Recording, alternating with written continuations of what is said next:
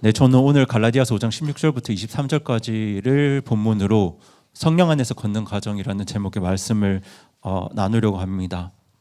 여러분도 잘 아시겠지만 오늘 우리가 함께 나눌 갈라디아서는 이 사도 바울이 교리적인 문제로 어려움을 겪고 있었던 갈라디아 교회 성도들에게 쓴 편지인데요. 당시 갈라디아 교회 안에는 율법주의자 이단들이 들어와서 이렇게 말했습니다. 여러분, 예수님을 믿는 것만으로는 충분하지 않습니다.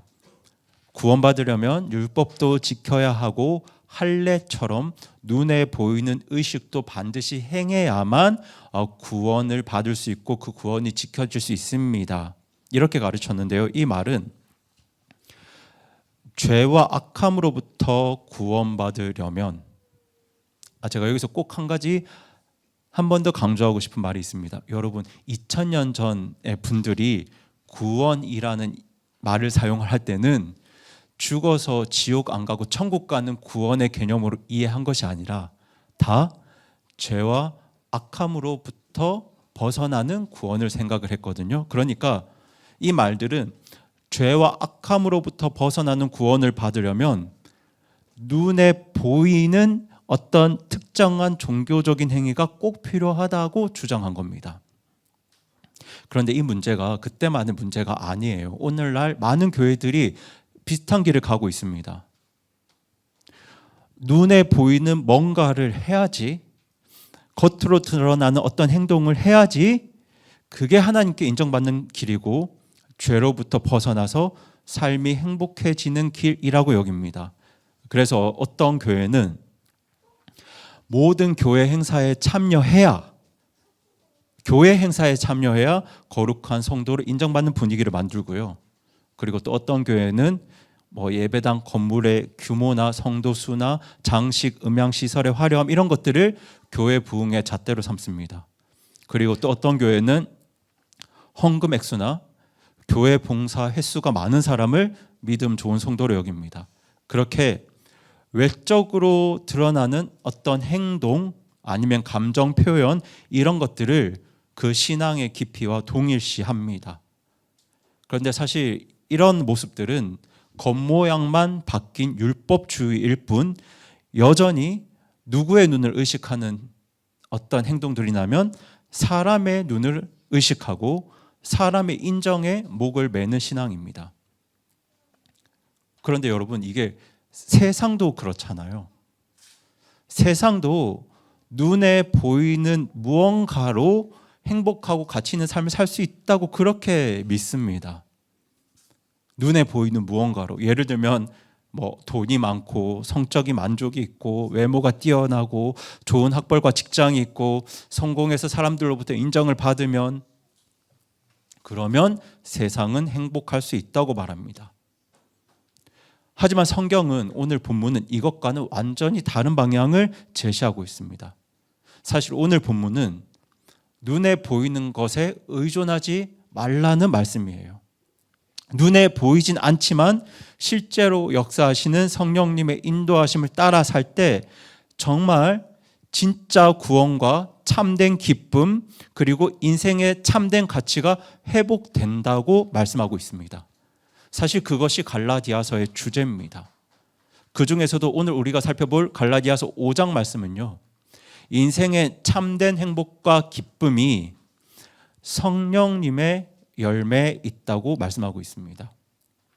그런데요, 여러분, 이 성령님의 열매는요, 눈에 보이는 것의 열매가 아니라 눈에 보이지 않는 열매입니다. 여러분, 성령님이 여러분 눈에 보이시나요? 안 보이시나요? 안 보이시잖아요. 그러니까 눈에 보이지 않는 성령님의 열매예요. 그리고 이 성령님의 열매는 인간의 힘과 능력과 노력으로 만든 열매가 아니라 누구의 능력으로 맺히는 열매일까요? 성령님의 능력으로 맺히는 열매예요. 그 성령의 열매에 인생의 참된 기쁨과 화평이 있다고 말씀하세요. 그것이 갈라디아서의 핵심인 동시에 오늘 본문의 주제입니다.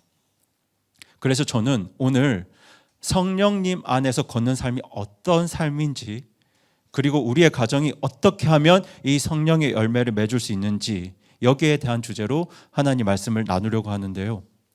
여러분, 하나님께서는 우리 각 사람의 인생뿐만 아니라 우리 각 가정 안에서도 성령님의 열매가 맺히기를 원하십니다. 여러분도 여러분의 가정에 성령님의 열매가 풍성하게 맺히기를 간절히 원하시나요? 원하시죠. 원하시면 정말 오늘 말씀을 귀 기울여 잘 들어주시기를 부탁드립니다. 이것을 위해서 오늘 우리가 먼저 정리해야 될 어떤 표현들이 있는데요. 그 표현이 뭐냐면 바로 영적이다라는 말의 의미입니다. 여러분, 영적이다, 이 말의 의미를 어떻게 이해하고 계신가요?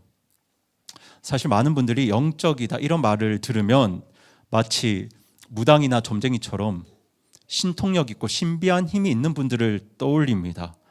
예를 들어서 꿈에서 하나님을 보았다거나 환상을 보았다거나 기적을 경험했다거나, 지금 한국교회 안에서 제일 유명한 표현은 방언을 한다거나, 이런 특별한 체험이 있으면 영적이다라고 생각하시는 것 같아요. 그래서 간혹 어떤 어르신들은 그 영적이다라는 말이 그 신통력 있다, 신기가 있다 이런 말 아니냐 이렇게도 말씀을 하십니다.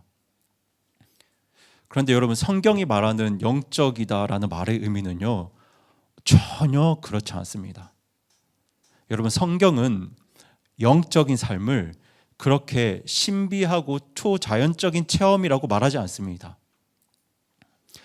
여러분, 우리가 어떤 말의 의미를 알려면 그 반대 말을 알면 되거든요. 그런데 성경에서 영적이다의 반대말이 무엇인지를 아시나요? 네, 육신적이다잖아요. 그러니까 우리가 영적이다라는 말의 의미를 알려면 육신적인 것이 무엇인지 알면 됩니다. 그리고 오늘 본문은 육신적인 것이 무엇인지, 무엇을 말하는지 아주 정확하게 우리에게 알려주고 있는데요. 우리 다 함께 갈라디아서 5장 19절부터 21절까지 말씀을 다시 한번 천천히 읽어보겠습니다. 시작. 한편 육신의 행위들은 명백하며 그것들은 이것들이니 곧 간음과 은행과 부정함과 세욕과 우상숭배와 마술과 증오와 불화와 시기심의 경쟁과 진노와 다툼과 폭동과 이단파당과 시기와 살인과 술취함과 흥청됨과 또 그와 같은 것들이니라. 내가 또한 전에 너희에게 말한 것 같이 이것들에 대하여 미리 너희에게 말하노니 그런 것들을 행하는 자들은 결코 하나님의 왕국을 상속받지 못하리라. 네, 여러분, 이것이 바로 성경이 말하는 육신의 행위들입니다. 육신적인 것들이에요. 여러분, 성경이 말하는 육신적인 것은요, 단지 몸과 관련된 어떤 성적인 이슈만이 아니에요. 보이시죠? 이기심, 이게 몸과 관련된 건가요? 아니죠. 우리의 마음과 연관된 거죠. 이기심, 질투, 미움, 분노, 분열, 다툼, 술 취함, 방탕함, 이런 것들이 다 육신적인 것들입니다. 여러분, 이걸 쉽게 말씀드리면 육신적인 것은 자기 중심적인 거예요. 자기 욕망과 자기 욕심만 중요한 삶입니다. 그러니까 나만 중요한 거죠. 그렇게 나만 중요한 게 육신적인 겁니다. 여러분, 나만 중요하니까 법과 질서를 무시합니다. 내 욕심만 중요하기 때문에 다른 사람 존중하지 않습니다. 네, 나만 중요하니까 굿을 해서라도 공부 안 하고 좋은 대학 가면 되는 겁니다. 내가 공부 안 했는데 좋은 대학 가면요, 열심히 공부한 사람이 뭘 보는 건가요? 피해를 보는 거잖아요. 근데 나만 중요하니까 내가 노력하지 않고 굿해서 좋은 대학 가고 승진해도 상관이 없는 겁니다. 나만 중요하니까 누군가의 마음에 상처를 주고 내 생각, 내 판단만 옳다고 주장하면서 그렇게 화내고 분노하고 함부로 말하고 시기하고 더 나아가서는 폭력을 행사하고 말과 행동으로 죄와 악함을 범하는 것이 어렵지 않은 겁니다. 성경은 그렇게 자기 자신만 위하는 행동들을 육신적인 행위다라고 말씀합니다. 그렇다면 영적이다라는 말이 무슨 뜻이겠습니까? 반대죠. 성경이 말하는 영적인 것은 이 육신적인 것과 반대입니다.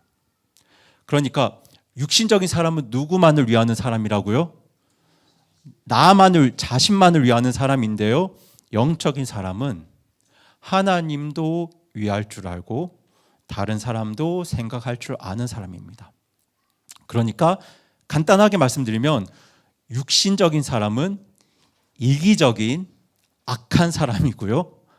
영적인 사람은 이타적인 착한 사람인 겁니다. 물론 여기서 제가 한 가지 분명히 말씀드릴 건 있어요. 여러분, 영적이라는 말 자체가 착하다는 말과 같은 말은 아니에요. 이게 동의어는 아닙니다. 그러니까 영적이라는 말의 원래 뜻은 인간의 물리적인 한계를 뛰어넘은, 그러니까 눈에 보이는 물질 세계를 넘어선 어떤 초자연적이라는 뜻을 담고 있는데요. 그래서 영적인 존재나 사건이라고 해서 반드시 선하거나 착하다는 보장은 없어요. 그래서 성경에는 어떤 영이 등장하냐면요, 악한 영이 등장합니다. 악한 영이라는 표현이 나옵니다. 사탄 마귀처럼 악한 영이 사람을 속이고 타락시키는 경우가 분명히 있는데요. 그런데 영이라는 명사 말고요, 영적이라는 형용사가 성경에서 부정적으로 쓰이는 경우가 거의 없습니다. 제가 하나 알고 있습니다. 요한계시록 11장 8절 말씀을 보시면 그 도시는 영적으로 소돔과 이집트라 불린다 라고 기록되어 있는데, 여기서 영적으로 소돔과 이집트처럼 불린다라고 하는 건 이게 긍정적인 표현인가요? 부정적인 표현인가요?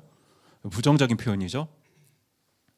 이 경우를 제외하고는 성경에서 영이 아니라 영적이라는 형용사가 부정적으로 쓰이는 경우가 거의 없습니다.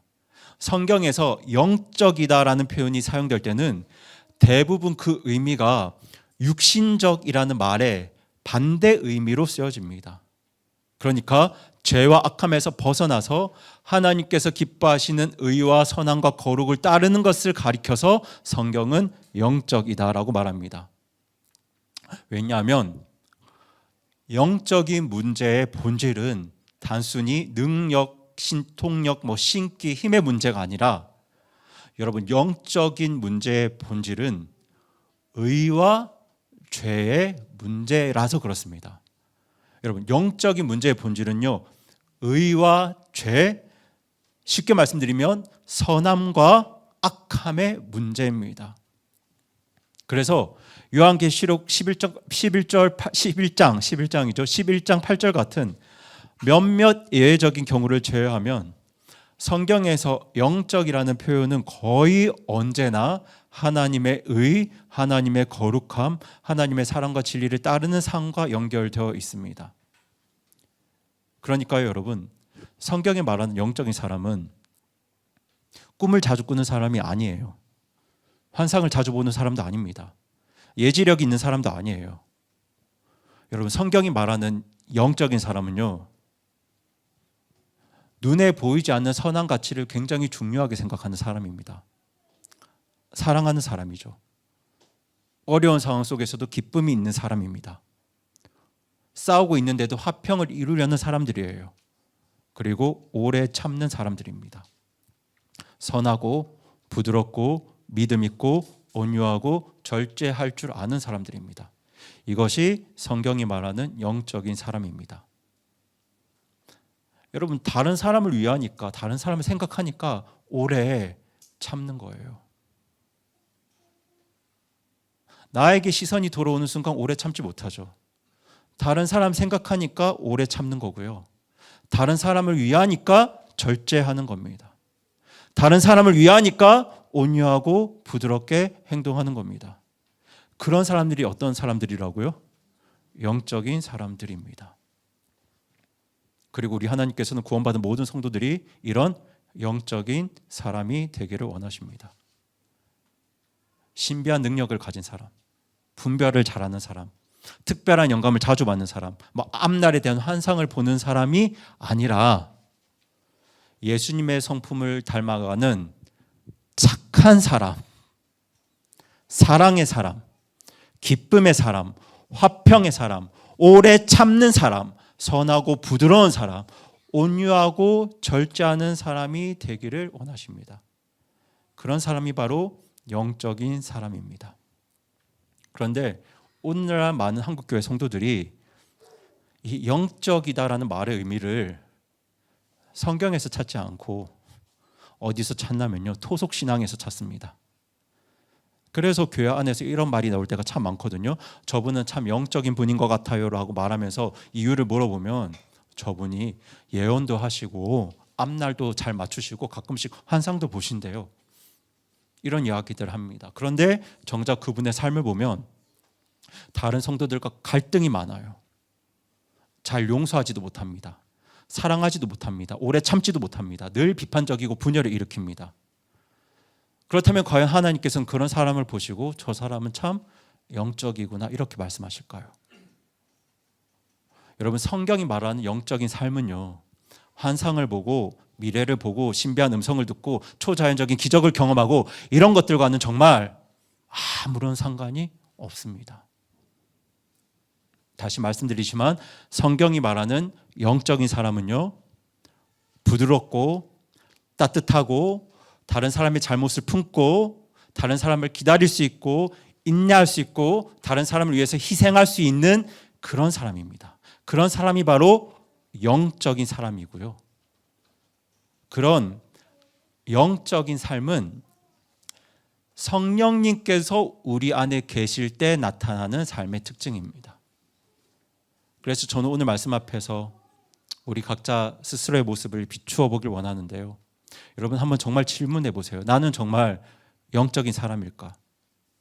아니면 신기하고 신통한 것만을 영적으로 여기면서 정작 내 마음은 육신적인 것들로, 여전히 자기 중심적인 육신의 행위들로 가득 차 있는 것은 아닐까?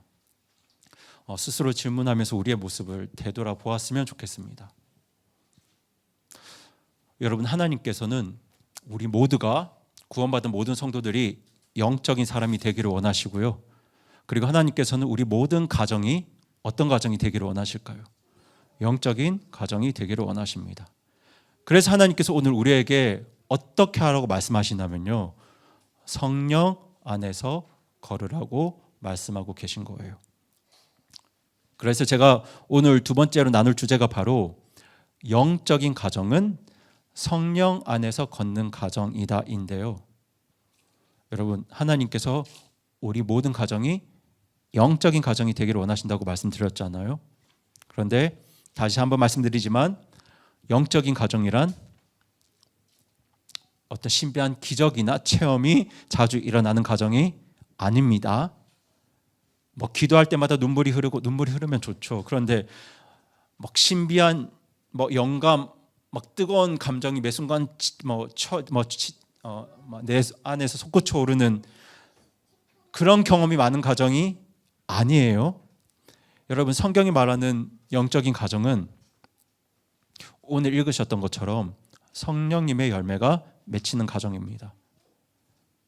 사랑이 있는 가정, 기쁨이 있는 가정, 화평이 흐르는 가정, 서로 오래 참아주는 가정, 친절하고 부드럽게 말하는 가정, 믿음으로 서로를 끝까지 붙들고 포기하지 않는 가정, 절제와 온유함이 살아있는 가정, 그런 성령의 열매가 있는 가정이 바로 영적인 가정입니다.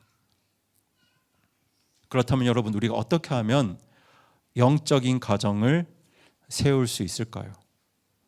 여러분, 이런 영적인 가정은 눈에 보이는 육신적인 것으로는 절대로 만들 수 없습니다.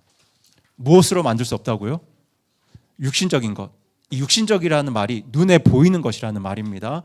눈에 보이는 것들로는 절대로 만들 수 없어요. 여러분, 돈이 많다고 해서, 뭐 부모가 유명하다고 해서, 자녀가 좋은 대학 갔다고 해서 이런 성령님의 열매가 맺힐 수 있는 게 아닙니다. 여러분, 성령의 열매는 이렇게 눈에 보이는 육신적인 것으로는 절대 만들 수 없습니다. 여러분, 성령님의 열매는 오직 보시는 것처럼 성령님 안에서 걸을 때만 가능합니다. 돈이 없어도, 유명하지 않아도, 좋은 대학 가지 않아도, 사람들이 인정해주지 않아도, 사람들이 매 순간 나를 무시해도 정말 거룩하신 성령님 의지하면서 성령님 안에서 걸을 때, 그때 맺히는 것이 바로 성령의 열매입니다. 그래서 오늘 본문 16절에서 바울은 성령 안에서 걸으라 라고 우리에게 말씀하고 있죠. 여러분, 제가 16절 본문 말씀을 그 말씀의 뉘앙스를 이해하기 쉽도록 아래 또 따로 글로 작성해 두었는데요. 우리 16절 말씀과 그 아래의 글을 같이 한번 화면을 보면서 읽어보겠습니다. 시작. 그런즉 내가 이것을 말하노니 곧 성령 안에서 걸으라. 그러면 너희가 육신의 욕심을 이루지 아니하리라. 같이 계속 읽어보겠습니다. 시작. 그러니까 내가 말하고 싶은 것은 이것입니다. 성령이 인도하시는 대로 살아가세요. 그러면 여러분은 자기 욕심을 따라 살지 않게 될 것입니다.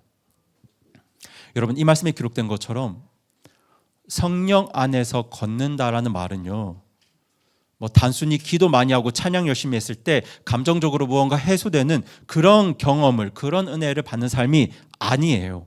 성령 안에서 걷는 삶은 내 삶의 방향과 중심을 성령님의 인도하심에 두고 그분의 말씀에 집중하면서, 그러니까 이 성경 말씀 누가 기록하셨나요?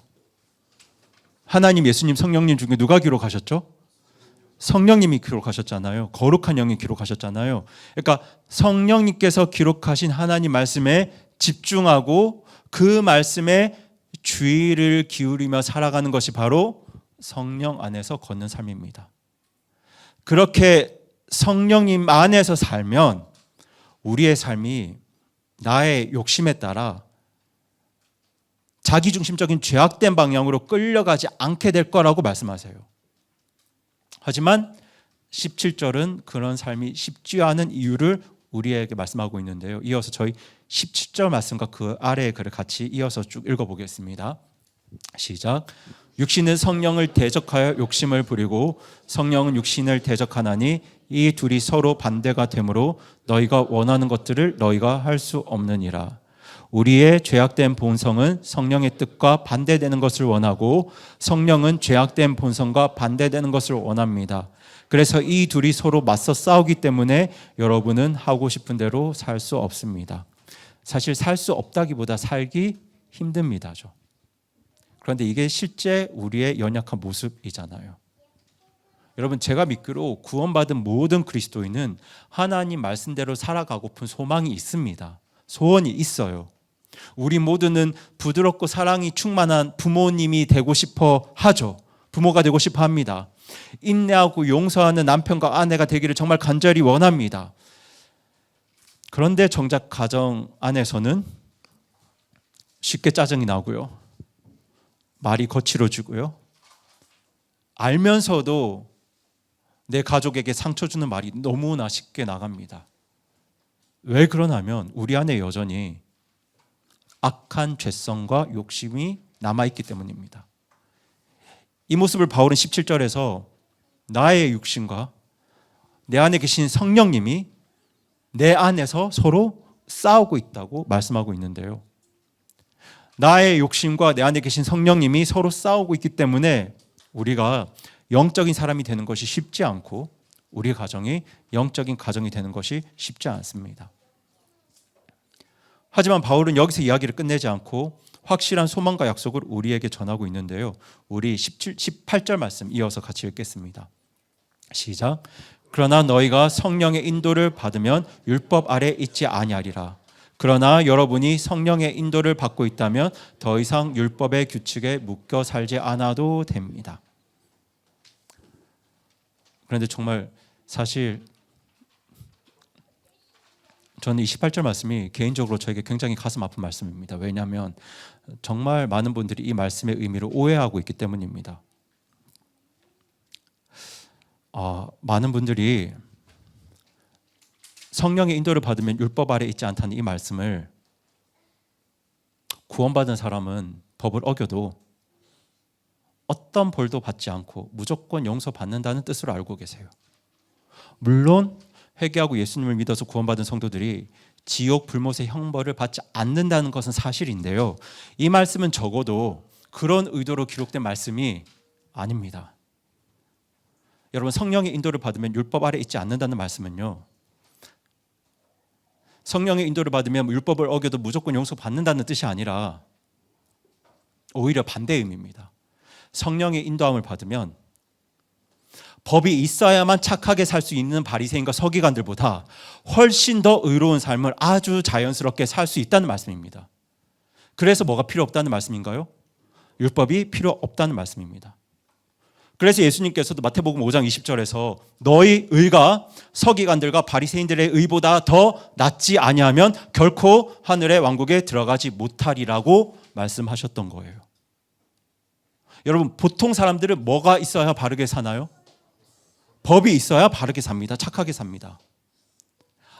악을 행했을 때, 죄를 지었을 때 내가 받게 될 형벌이나 아니면 나에게 쏟아지는 사람들의 손가락질, 비난이 있기 때문에 나의 죄와 악함을 통제하며 사는 겁니다. 그런 형벌이나 사람들의 비난처럼 외적인 어떤 강압적인 조건을 가리켜서 지금 성경은 뭐라고 말씀하고 있냐면 율법이라고 말하는 거죠.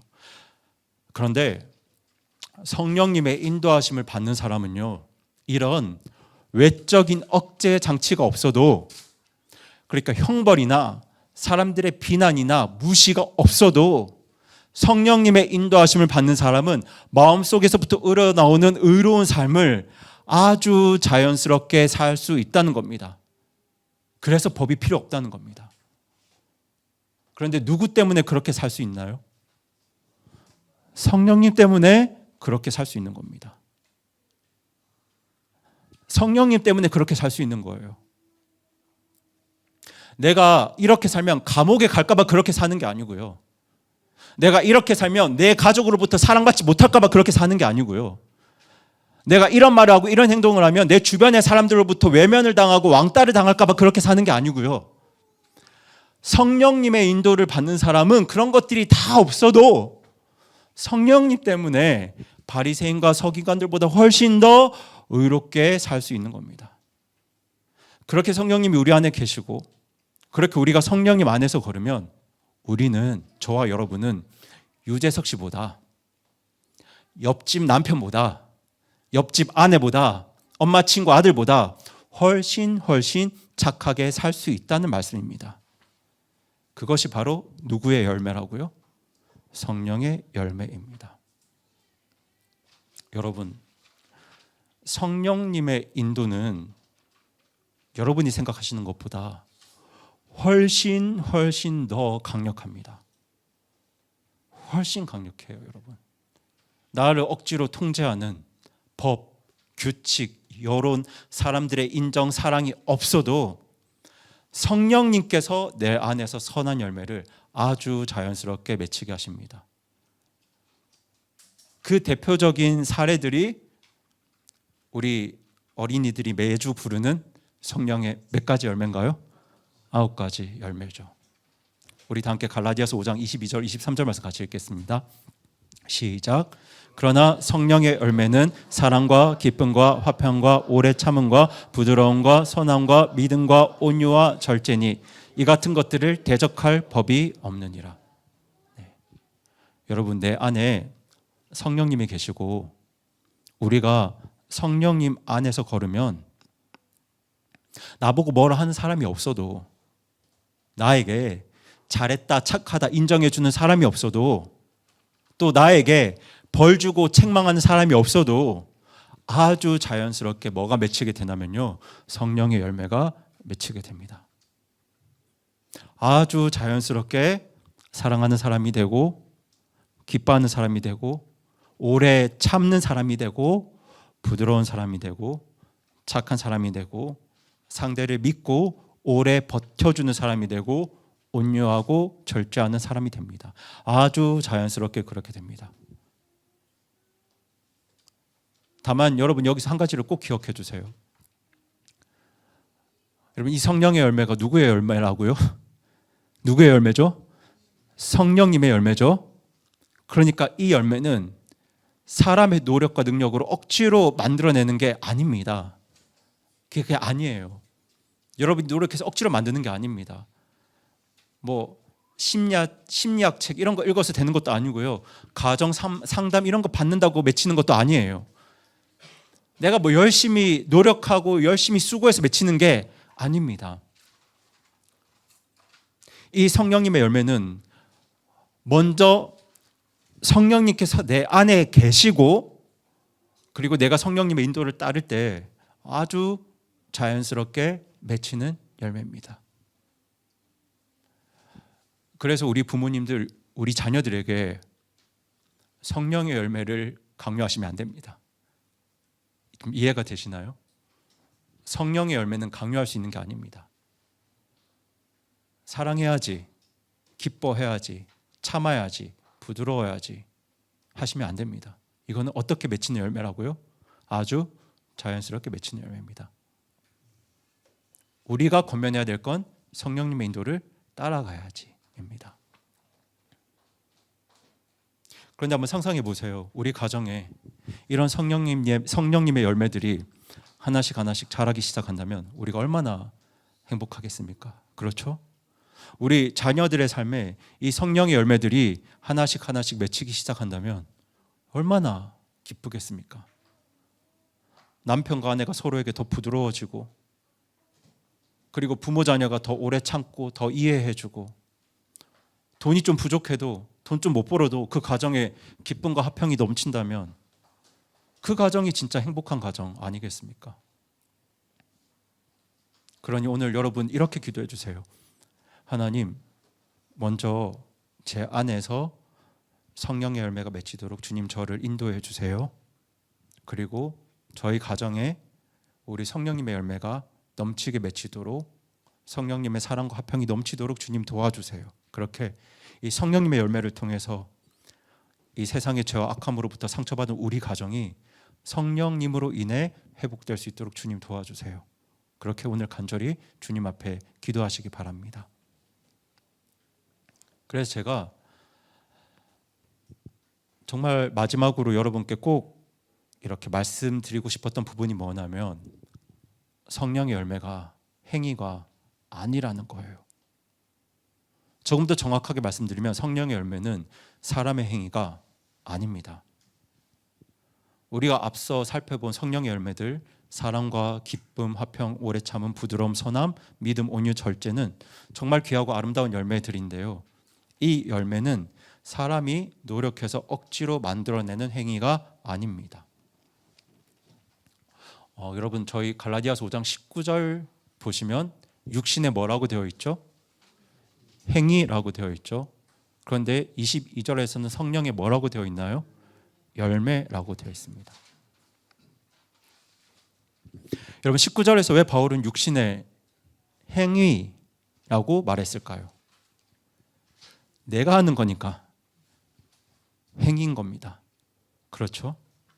내 생각, 내 경험, 내 판단, 내 감정대로 하는 것들이니까 나의 행위라고 말하는 거죠. 그런데 반대로 성령님이 일하시는 결과를 말할 때는 행위라는 단어를 쓰지 않고 어떤 단어를 쓰나요? 열매라는 단어를 씁니다. 여러분 왜 행위가 아니라 열매라는 단어를 쓸까요? 그러니까 이게 내가 하는 것처럼 보이지만 다른 사람들 눈에는 내가 하는 것처럼 보이는데 누가 하는 게 아니라서요? 내가 하는 게 아니라서 실제로 그 뿌리는 다른 데 있기 때문에 열매라는 단어를 쓰는 겁니다. 내 모습을 통해서 사랑, 기쁨, 화평, 오래 참음, 부드러움, 선함, 믿음, 온유, 절제가 드러나긴 하지만 그것이 내 생각, 내 경험, 내 판단, 내 능력, 내 감정들로 인한 것이 아니기 때문에 내 것이 아니기 때문에 성령의 열매라고 하는 거예요. 여러분 이 행위와 열매의 이 뉘앙스의 차이가 느껴지시나요? 여러분 성령의 열매는 내가 만들어내는 게 아니라 성령님께서 내 안에 계시고 내가 성령님의 인도하심을 하루하루 따라갈 때 아주 자연스럽게 맺히는 삶의 결과물입니다. 내가 뭐 계획하고 애를 쓰고 노력해서 성취해내는 것들이 아닙니다. 물론 성령님을 따라가는 삶에 뭐가 필요하냐면요, 순종은 필요한데요. 제가 순종 말씀드리면 뭔가 되게 거창한 것을 생각하시잖아요. 그런데 여러분, 성령님을 따라가는 순종이 거창한 게 아닙니다. 그게 이런 거죠. 그냥 오늘 하나님께서 내게 뭔가 한 말씀을 주시면 그냥 아버지가 내게 주신 말씀에 네 하고 그냥 따라가는 거예요.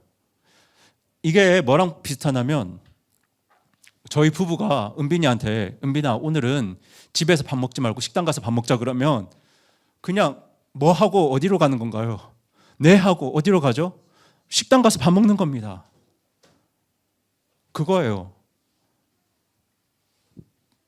은빈이가 친구들이랑 놀 때 욕심 부릴 수 있죠. 다른 사람 것을 뺏으려고 할 수도 있고 아니면 자기 것을 양보 안 하려고 할 수도 있습니다. 그러면 저희가 그때 은빈아 오늘 친구들한테 장난감 이렇게 양보하면서 놀아야지. 그러면 그냥 그때 네 하고 그날 뭐 하는 거죠? 양보하는 겁니다. 아니, 자기 의지가 없어서 그렇게 하는 게 아니라 부모님을 의지할 수밖에 없기 때문에, 부모님 의지하지 않으면 내 삶이 이상하게 흘러갈 것 같다는 그 두려움 때문에 그렇게 부모님 말씀 따라서 하루하루 사는 거예요. 그런데 이제 제 딸도 머리가 크면 더 이상 이제 저희를 의지하지 않고 자기 생각, 자기 뜻대로 살게 되겠죠. 근데 성령님의 인도를 따라가는 삶이 그렇게 어린아이가 자기 주장, 자기 생각, 자기 고집이 있어도 부모님 말씀대로 살아야 제대로 살 수 있을 것 같으니까 하루하루 부모님 말씀 따라서 그렇게 살아가는 겁니다. 그러니까 이게 그 순종이 뭐 그렇게 거창한 게 아니에요. 하나님께서 오늘 나에게 말씀을 주실 때 내가 지금 의지할 분이 누구밖에 없으니까요. 하나님밖에 없으니까 그냥 오늘 주신 말씀에 그냥 순종하는 그 삶이 누구의 인도하심을 따르는 삶이라고요? 성령님의 인도하심을 따르는 삶입니다. 여러분, 나무의 열매가 어떻게 맺힙니까? 저절로 맺히죠. 그런데 그냥 하루하루 햇빛 잘 받고 하루하루 물 공급 잘 받으면 저절로 열매가 맺히잖아요. 그러니까 하나님 말씀에 하루하루 하나님 말씀 읽고 듣고 그렇게 순종하며 살아가는 것도 그날 하루치 물과 햇빛을 받는 겁니다. 그게 다예요. 그래서 제가 매일 카톡으로 마가복음 블로그 글이나 이제 주일 설교 짧게 편집한 영상들 올려드리잖아요. 그것도 여러분이 직접 성경을 읽으시면 좋죠. 사실 제 목표는 그겁니다. 여러분들이 매일 직접 성경 말씀을 읽으시는 것. 저는 여러분이 제 설교 영상을 듣는 시간보다 직접 성경을 읽으시는 시간이 더 많았으면 좋겠습니다. 그런데 하여튼 제가 그렇게 카톡으로 글 올려드리고 영상 올려드리는 것도 목회자의 입장에서 우리 성도분들께 그날 하루치 햇빛과 물을 그냥 전해드리는 거예요. 그렇게 하루치 햇빛과 물을 잘 받고 하루하루 살아가다 보면 아주 자연스럽게 맺히는 것이 바로 성령의 열매입니다. 그러니까 성령의 열매는요, 내가 억지로 내가 이렇게 참아야지, 내가 웃어야지, 내가 절제해야지 막 힘들게 노력해서 얻는 게 아니에요. 사실 여러분이 그렇게 노력하면 노력할수록 오히려 더 지치고 시험에 빠지게 됩니다. 그리고 사실 그건 우리가 다시 율법 아래로 육신의 방식으로 돌아가는 거예요. 여러분, 성령님을 모신 사람은요, 매일 햇빛과 물을 받으면 그 열매가 아주 자연스럽게 맺히게 됩니다. 다만 저는 여기서 이 부분을 하나님의 말씀으로 조금 더 정확하게 말씀드리길 원하는데요. 제가 두 구절 말씀드리고 싶습니다. 저희 다 함께 먼저 사도행전 2장 38절 읽겠습니다. 시작. 그때 베드로가 그들에게 이르되 회개하고 너희 각 사람이 예수 그리스도의 이름으로 침례를 받아 죄들의 사면을 얻으라. 그러면 너희가 성령님을 선물로 받으리니. 네, 이어서 요한복음 15장 말씀 같이 읽겠습니다. 시작. 너희가 내 안에 거하고 내 말들이 너희 안에 거하며 너희가 원하는 바를 구하라. 그러면 그것이 너희에게 이루어지리라. 너희가 열매를 많이 맺는 것 이것에 의해 내 아버지께서 영광을 받으시나니 이로써 너희가 내 제자가 되리라. 여러분, 이 두 구절의 말씀은 성령의 열매와 연관해서 아주 중요한 말씀인데요. 정말 단순하지만 중요한 질문입니다. 여러분, 내가 성령의 열매를 맺으려면 우선 내 안에 누가 계셔야 하나요? 그렇잖아요. 내 안에 성령님이 계셔야 하잖아요. 성령님이 내 안에 안 계신데 어떻게 내가 성령의 열매를 맺을 수 있겠습니까? 그런데 많은 분들이 내 안에 성령님이 계시는지 그 여부를 엉뚱한 기준으로 착각하며 살아가세요. 제일 대표적인 착각. 내가 교회를 오래 다녔으니까 내 안에 성령님이 계신다고 생각합니다. 하나님 말씀을 듣거나 찬양할 때 눈물을 흘린 적이 있기 때문에 내 안에 성령님이 있다고 생각하세요. 내가 교회가 좋고 교회 사람들이 좋으니까 내 안에 성령님이 있다고 착각합니다. 그런데 여러분, 꼭 그렇지 않아요. 여러분, 성령님이 안 계셔도 교회 오래 다닐 수 있습니다. 여러분, 성령님이 안 계셔도 말씀 듣고 찬양할 때 감동받고 눈물 흘릴 수 있습니다. 여러분, 성령님이 안 계셔도 김창옥 씨 강의 들으면 뭐 할 수 있나요? 감동받고 눈물 흘릴 수 있잖아요. 같은 겁니다. 여러분, 성령님이 안 계셔도 교회 생활 열심히 할 수 있고 성령님이 안 계셔도 교회 성도들, 목사님, 사역자들 좋아할 수 있습니다. 그런데 여러분, 성경은 어떤 사람이 성령님을 선물로 받는다고 말씀하고 있나요? 그렇죠. 사도행전 2장 38절은 그 기준을 아주 정확하게 우리에게 보여주고 있죠. 먼저는 회개한 사람입니다. 죄와 악함이 조금도 없는 하나님 왕국에 들어가기를 간절히 소망하면서 삶의 방향을 바꾸는 회개를 한 사람. 제가 예수님의 표현으로, 마태복음의 표현으로 말씀드리면 가족을 버려도, 직장을 버려도, 전 재산을 팔아도 죄와 악함에서 벗어날 수만 있다면, 그 거룩한 하나님 나라에 들어갈 수만 있다면 기꺼이 그 모든 것을 포기할 만큼 하나님의 나라를 간절히 소망하는 사람. 그 사람이 어떤 사람이라고요? 먼저 회개한 사람. 그리고 나를 위해 죽으시고 부활하신 예수님을 믿음으로, 예수님의 이름으로, 예수님 안으로 침례받는 사람. 여러분, 침례의 뜻 아시죠? 침례의 뜻이 뭔가요? 잠기다잖아요. 그러니까 예수님 안에 잠기고 예수님 안에 빠진 사람. 그 사람이 바로, 그런 분들이 바로 누구를 선물로 받나요? 성령님을 선물로 받습니다.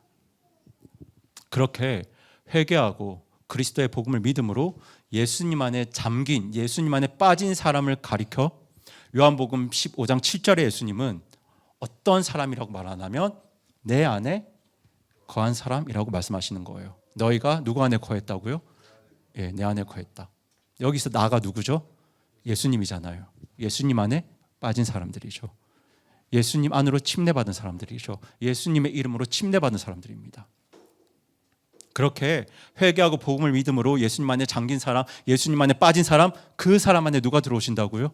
성령님이 들어오십니다. 그렇게 먼저 성령님이 내 안에 들어오셔야 성령의 열매를 맺을 수 있습니다. 내 안에 성령님이 안 계신데 어떻게 그분의 열매를 맺을 수 있겠습니까? 그러니 혹시 오늘 말씀 듣는 분들 중에 어떤 분이라도 좋습니다.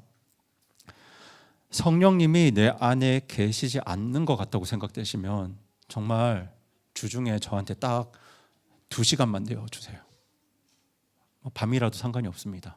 오히려 밤이 좋습니다. 왜냐하면 트래픽이 없으니까요. 2시간만 내어주세요. 그러면 제가 최선을 다해서 정확하게 설명을 드리겠습니다. 정말 부탁드립니다. 그런 확신이 없으시면 딱 2시간만 내어주세요. 그런데요, 여러분, 그렇게 성령님을 모시면 저절로 열매를 맺히는가? 예수님이 여기 한 가지 조건을 더하십니다. 보이시죠? 그 조건이 뭐냐면 내 말들이, 보이시나요? 내 말들이 너희 안에 거하면. 여기서 예수님의 말들은 누구의 말씀을 말하나요? 네, 하나님의 말씀이죠. 거룩하신 성령 하나님이 기록하신 하나님의 말씀이 성경 말씀입니다. 그러니까 성령님이 내 안에 계시고 하나님 말씀이 내 안에 거하면 예수님은 너희가 열매를 어떻게 맺을 거라고 하시죠? 많이 맺을 거라고 하세요. 너희가 열매를 많이 맺을 거라고 하세요. 성령님 내 안에 계시고 하나님 말씀이 내 안에 거하면 우리 안에서 아주 자연스럽게 성령의 열매가 많이 맺히게 됩니다. 그래서 여러분, 제가 목회자로서 해야 하는 많은 일들 중에 가장 중요한 일은요, 청소도 아니고 영상 편집도 아닙니다.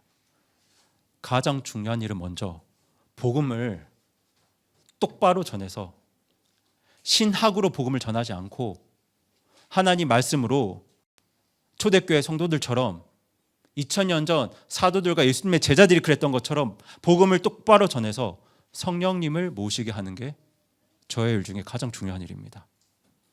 그리고 다음으로는 성령님을 모신 성도분들께 매일매일 하나님 말씀을 전해드리는 거예요. 주일 예배 시간에는 설교로, 평일에는 말씀 이해를 돕는 글들로, 또 주일 설교 편집한 쇼츠 영상 그런 거 편집해서 매일 올려서 이제 주일에 들었던 하나님 말씀 다시 되새기게 하고, 이게 제가 해야 할 일 중에 가장 중요한 사역이고요. 그리고 저는 우리 교회가 해야 할 일들 중에 가장 중요한 일들이라고 믿습니다. 여러분, 우리 교회 사역의 중심은 교제, 친목도 이런 거 아닙니다. 분명히 말씀드릴게요. 사실 서로 친하면 정말 좋은 거죠. 성도의 교제 정말 좋은 겁니다. 좋은 건데요, 교회 사역의 중심은 아닙니다. 제가 그 지난주에 예배를 드릴 때 그 설교를 마치고 찬양을 하는데 차영자매님이 우시더라고요. 눈물을 흘리시길 걱정이 됐죠. 그래서 제가 저도 왜 우시는지 모르니까 걱정이 돼서 울먹거리면서 그때 폐회 찬송을 제대로 못했습니다. 그런데 이제 시간이 지나서 오후에 우셔서 걱정했습니다라고 물어보니까 그냥 차영자매님이 너무 행복해서 우셨대요. 네, 너무 행복해서 우셨다고 하더라고요. 그런데 거기서 왜 행복한지 말씀을 안 하셔도 됩니다. 안 물어봤어요. 네. 본인이 원하면 할 수 있는데요, 원치 않으면 안 하셔도 돼요. 여러분, 저는 지금 태호 형제한테 얼마나 힘든지 묻지 않습니다. 이야기해야 된다고 생각하지도 않습니다. 왜냐하면 그거를 이야기를 하는 게 그 과정이 더 힘들 수도 있어요. 힘들어 보이면 그냥 얘기 안 해도 기도해 주면 됩니다. 그리고 저 오늘 아침에도 기도했습니다. 내가 알고 있는 만큼 기도해 주면 됩니다. 아니, 정확하게 몰라서 정확하게 하면 기도 더 잘할 수 있죠. 근데 정확하게 몰라도 저보다 누가 더 잘 알고 계신가요? 하나님이 더 잘 알고 계시잖아요. 기도해 주면 됩니다. 그러니까 여러분이 불편하시면 여러분 가정사, 개인사 공개 안 하셔도 돼요. 편한 분들에게만 이야기하셔도 돼요. 그러니까 우리 교회 사역 중심은 그런 게 아니에요, 여러분. 서로 이야기를 잘 알지 못해도 그냥 이렇게 멀리서 짐작하는 바들로 서로를 위해서 기도하고 마음을 써주고 그냥 노력을 하더라도 그 과정에 오해도 있을 수 있겠죠. 그래도 여러분, 우리 안에 성령님이 계시고 우리 안에 하나님 말씀이 거하면 그 두 가지만으로도 성령님의 열매는 아주 자연스럽게 맺히게 됩니다. 예수님의 말씀처럼 아주 많이 맺히게 됩니다.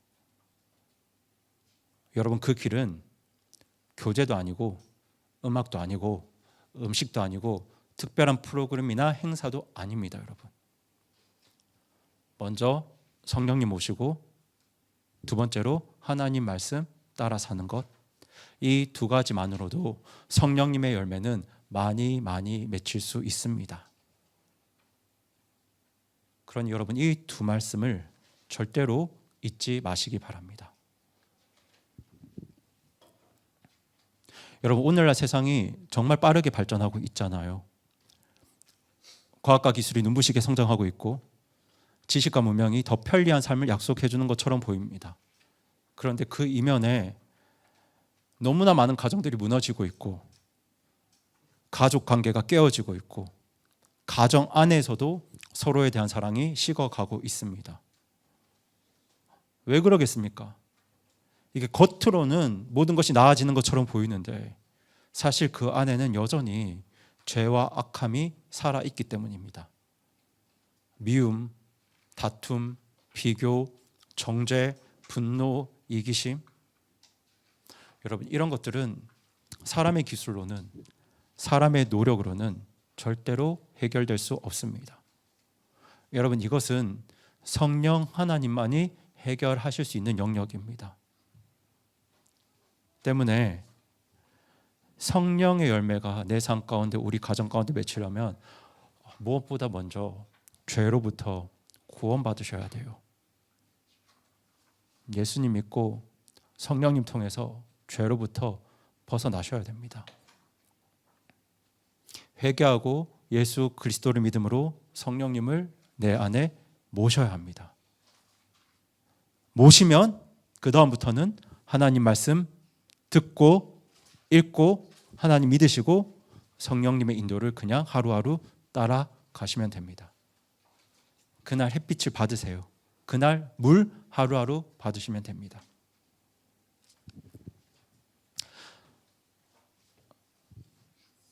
설교를 들으실 때 이런 생각 하실 수 있어요. 우리 남편, 우리 아내 절대로 안 변할 사람인데 그래도 저 사람을 예수님처럼 사랑하라고 라고 생각이 들 수도 있습니다. 하지만 여러분, 그 한 주간은 하나님 앞에 토달지 마시고 그냥 말씀대로 살아가세요. 그런데 여러분, 그렇게 살다 보면 그거 아시나요? 어느 날 변해 있는 내 남편이 아니라, 그렇죠, 어느 날 변해 있는 내 모습을 발견하게 되실 겁니다.